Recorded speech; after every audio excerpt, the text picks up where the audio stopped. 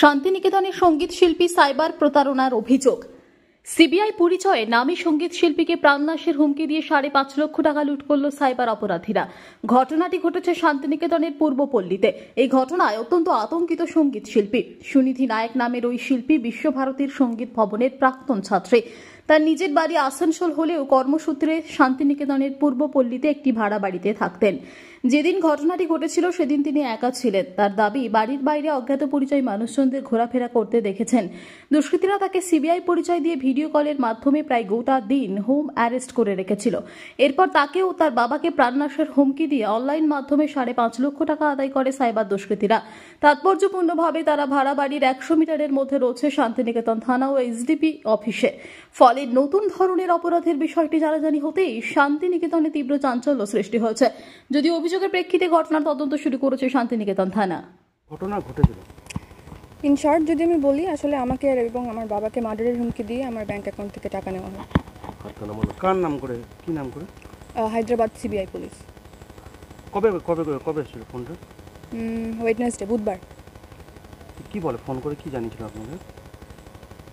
মানে ফোন, এটা পুরো প্রসেসটা তো মানে গোটা একদিনের বিষয়। সো ইন শর্ট যদি আমি বলতে চাই, তাহলে ফোন করে ওরা ফার্স্টে জানায় যে আমার নামে কোনো ক্রেডিট কার্ড তোলা হয় হায়দ্রাবাদ ব্যাংক থেকে এবং আমি নাকি মানি লন্ডারিংয়ের কেসে যুক্ত। নরেশ গোয়েলের সাথে, নরেশ গোয়েল বলে কেউ একজন আছে, তার সাথে নাকি আমি মানি লন্ডারিংয়ের কেসে যুক্ত।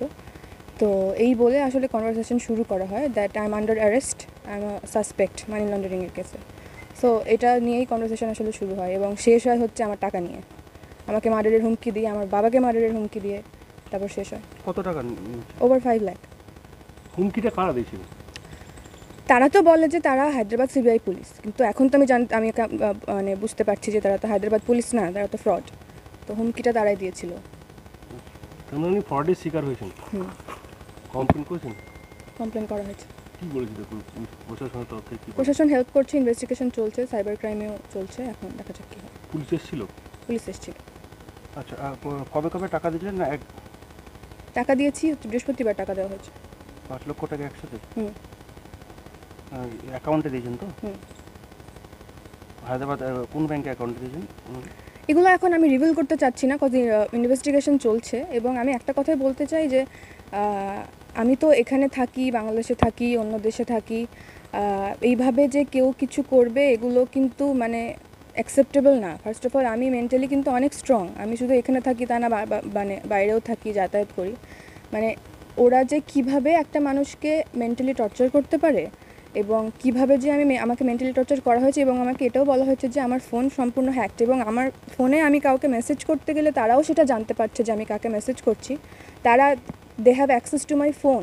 সো তারা নাকি আমার ভিডিও নিয়ে, আমার ফটো নিয়ে ডার্ক ওয়েবে ছাড়বে। They wanted to break my ego, এটাও তারা মেনশন করেছে। এবং তারা এটাও মানে পরে মেনশন করেছে যে আমার মেন্টালি আমাকে ওরা ডিস্টার্ব করতে চায় এবং আমার কাছ থেকে টাকা নিতে চায়। সো মানে এটা যে কতটা পরিমাণে মানে টেরিফাইড ছিলাম আমি এতদিন, গত 3 দিন ধরে, এটা আসলে ভাষায় প্রকাশ করার মতো না। কেউ এটা ইমাজিনও করতে পারবে কিনা আমি জানি না। বাট এখন এই অবস্থায় এসে আমার আর কিছু মানে আতঙ্ক নেই। আমি এখন পুলিশের ইয়েতে থাকতে চাই। আচ্ছা, বলছি যে আপনাকে যে হুমকি দিয়েছিল, তারপরে টাকা দিয়েছেন, তারপরে কেস করেছেন, তো এখন আপনারা চাইছেন কি? টাকাটা ফেরত চাইছেন বা ওনাদেরকে অ্যারেস্ট? সবই চাই, টাকা ফেরত চাই, ওরা সামনে আসুক এটাও চাই, এবং আমার সেফটি এবং আমার বাবার সেফটি এবং অন্য মানুষের সাথে যাতে এটা না হয়।